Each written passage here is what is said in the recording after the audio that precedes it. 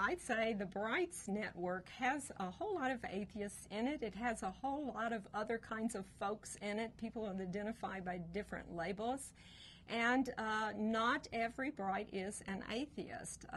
I think that there are examples of atheists who wouldn't be Brights because they don't have really a naturalistic perspective themselves. They have other concepts that have supernatural or mystical, usually, components in the way they think about how the world works, and so they wouldn't qualify as a Bright. So I would say pretty clearly not all Brights are atheists, and not all atheists would be Brights.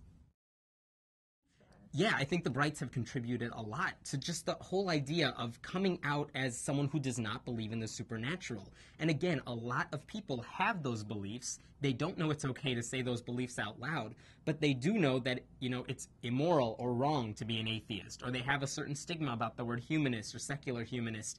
But the term Brights since it is a new term, they don't have that stigma. And it's okay maybe to come out as a Bright. And so people are drawn to that, especially people who, may not be ready to jump to one of the more stricter, stauncher labels, so to speak.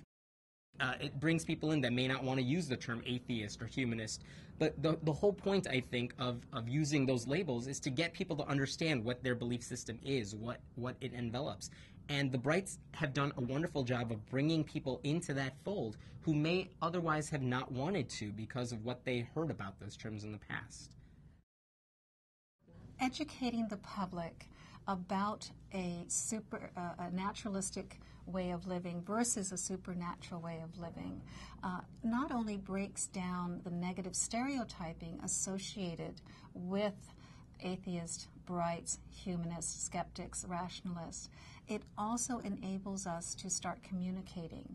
So if we would allow ourselves to use the word Bright more often as we speak to groups, as we go out into our workplace, I particularly enjoy going to college campuses where I speak to students, and the students sometimes are not comfortable saying that they're an atheist, but when I talk to them about the word Bright, their eyes light up and they say, "You're describing me."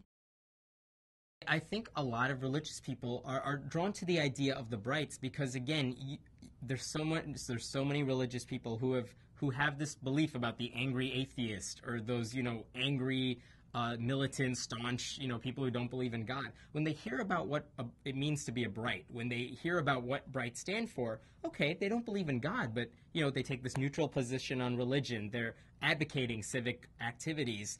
They don't have much of a problem with that. They can get along with those people. They can work with those people. And I think that's really the ultimate goal right now. We're not going to convert each other to our sides necessarily, but we can work together because there are a lot of things we have in common, a lot of goals we want to share.